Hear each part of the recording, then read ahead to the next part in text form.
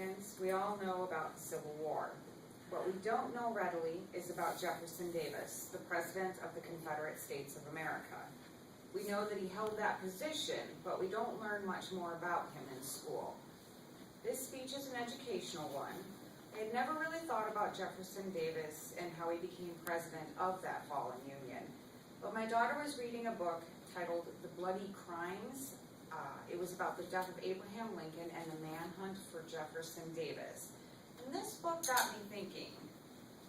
Jefferson Finis Davis was born on June 3rd, 1808, in what was then called Christian County, Mississippi. He was born to a family that fought in the American Revolution. His father and several of his uncles were part of the Georgia militia.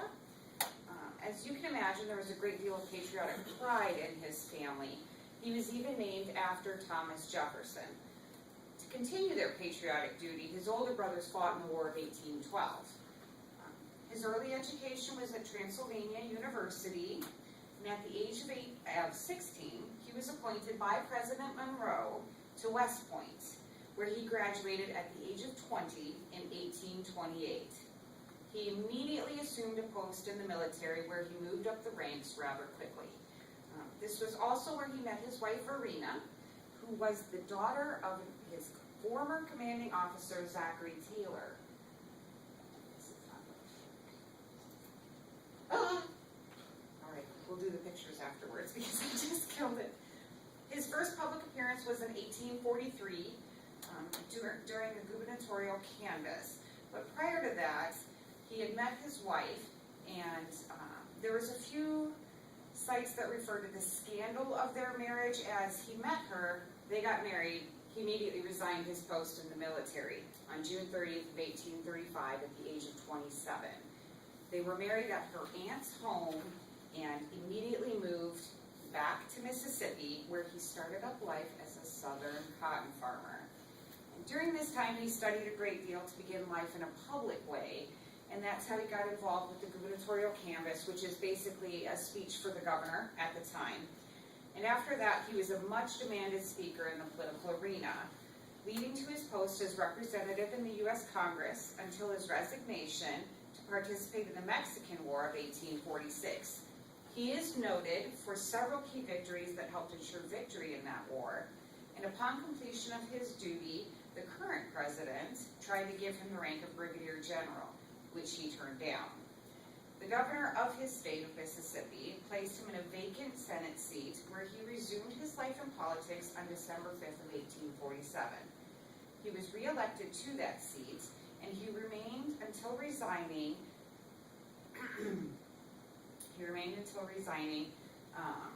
to accept the position of running for governor of Mississippi in 1850.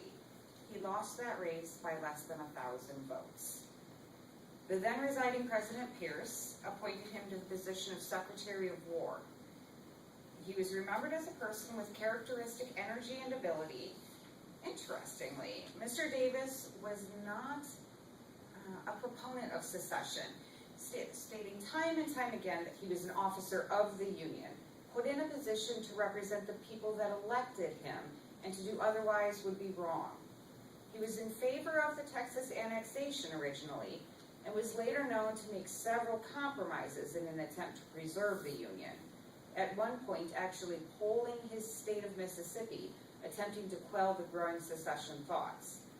After being Secretary of War, he was re-elected to a Senate position, which, given the current voting climate of the South, he could have remained in indefinitely. He even went so far as to become a member of the Senate Committee of 13 to stop the secession talk in Congress. However, it wasn't up to him whether Mississippi seceded from the Union. It was up to Mississippi. And after that vote that brought cessation, he gave a memorable speech to the U.S. Senate, stating what an honor it had been to be a member, and that he held no ill will and hoped that his compatriots didn't either.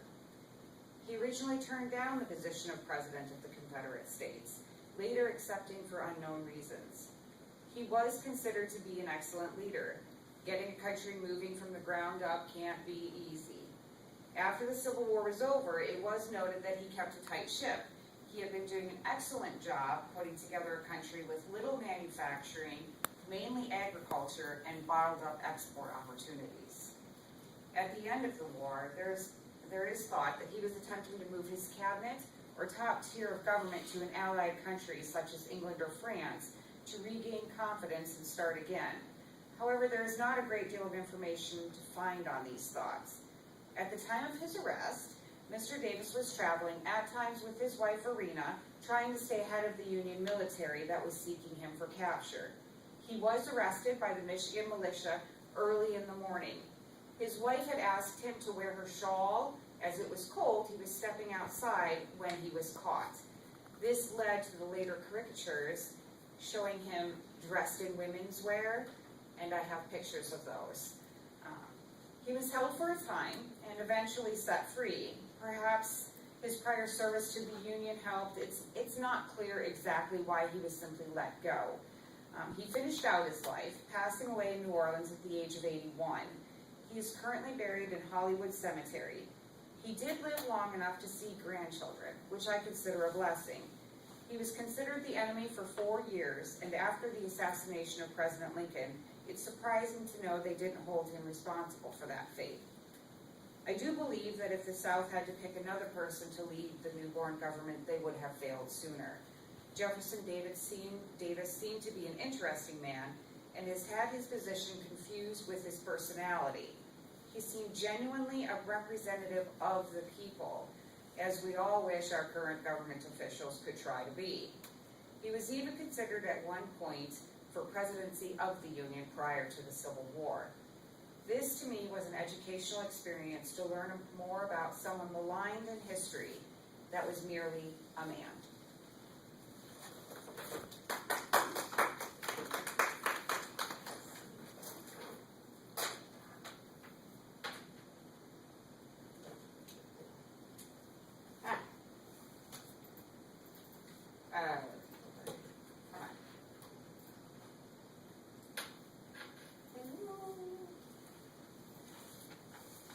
These are my pictures. This is a younger picture of Jefferson Davis taken prior to, obviously, the Civil War. And you're supposed to just click on it for the next one, but that's not working for me. Let me see if I can. Let me try this. Okay, this is Jefferson Davis. Oh, sorry, I'm so used to my touch screen. This is his wife, Irina. This picture was taken during the Civil War. This is a picture of her before they were married. As you can see, she was a beautiful woman. And this is a picture of him taken prior to their marriage. He wasn't too shabby looking. This is a picture of 4 of their 5 children. One was later, passed away in between the picture of the 4. She was pregnant at the time of this photo, and then one of them passed away, so they never got a picture with all 5 of their children. This is one of the pictures referring to him wearing a dress. He did have on a regular suit at the time, but because he had his wife's shawl and it was a longer shawl, they went with the long story that he was wearing a dress, and it just kept going. As you can see from this picture, they've got him in the whole bell outfit. This is a picture of his funeral procession because he passed away in New Orleans and he was buried later at Hollywood Cemetery. He took several trains, and at one point he was just taken by horse and carriage. And this is again a photo to show you from these 2 people came this. 3 generations of Davises. This is Jefferson Davis, his only child to have children, the daughter Verena Ann, and her 3 children.